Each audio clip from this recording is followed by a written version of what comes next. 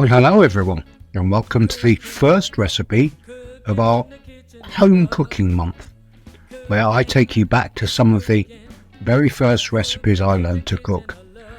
This was one of those, and probably firstly because it's pretty easy, and secondly because the ingredients were relatively cheap, so it was no big deal if you messed up. But having said that, dairy products like cheese and milk are not the cheap items that they were back in the 1970s, so things have changed a bit. But macaroni cheese was a regular on our dining table, whether cooked by my mother or by my grandmother, and eventually by me. Of course, mac and cheese is now very much back in vogue, especially with the American version. But the traditional British version is a bit more cheesy and a little less creamy. And of course it's baked in the oven, so it has a beautiful, crispy, chewy crust.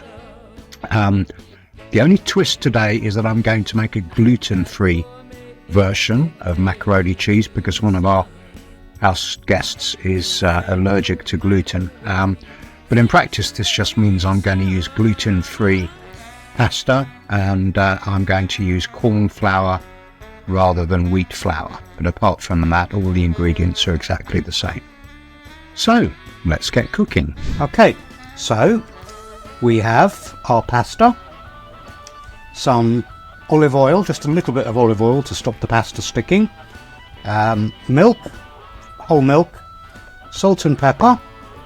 We have our grated cheese. I'm using cheddar, but you can use almost any cheese you like. Then we have some corn flour, some butter, a bay leaf, 2 cloves, and a little bit of nutmeg, and that's all we need. Okay, so in terms of equipment, we need a mixing bowl, a wooden spoon, a saucepan or 2, an oven dish, and a grater. Okay, so we've got 2 pans on the go. The first one here has my pasta in it, to which I've added a little bit of salt and just a teaspoon of oil to stop the pasta from sticking, and we're going to boil that for however long it says on the pack, usually about 10 minutes. And then in the other pan I've got my milk, and all I've done is add the bay leaf and the 2 cloves to the milk, and I'm going to warm that up to a gentle simmer for a few minutes and then just leave it for the herbs and spices to infuse into the milk a little bit. You could easily say, well, I'm washing up by doing pasta first, setting it aside and then doing the milk, but I wanted to show you both together today. But while they're cooking, let's have a quick recap of the ingredients. So the ingredients we need today are 250 grams of pasta, 50 grams of butter, 25 grams of corn flour, 500 millilitres or half a litre of milk, a bay leaf, 2 cloves, 200 grams of strong cheddar cheese, half a teaspoon of grated nutmeg, salt and pepper. Okay, so I've got my milk, which is still hot. I've taken out the bay leaf and the cloves. I'm now going to add my butter. Let that melt in. Let that stir around, let it melt a little. And then with my corn flour, I just add a little bit of water, and I'm going to add that in like that. And then I'm just going to keep stirring it around.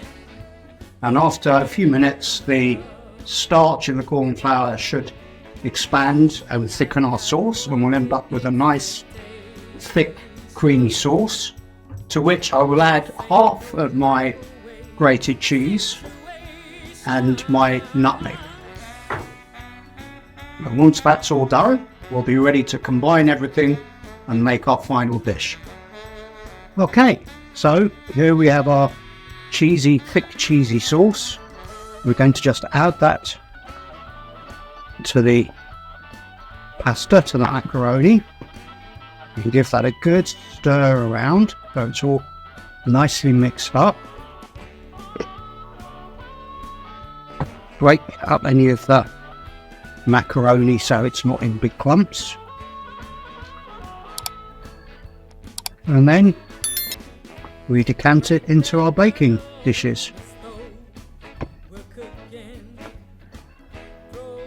As you'll see, I'm actually doing 2 today because we're having the macaroni as a side dish, so I'm going to put one in the oven and bake it today, and the other one I'm going to freeze, and then we'll have it another day when it's ready. But the finishing touch first, we just get the rest of our cheese, sprinkle it over the top, like that.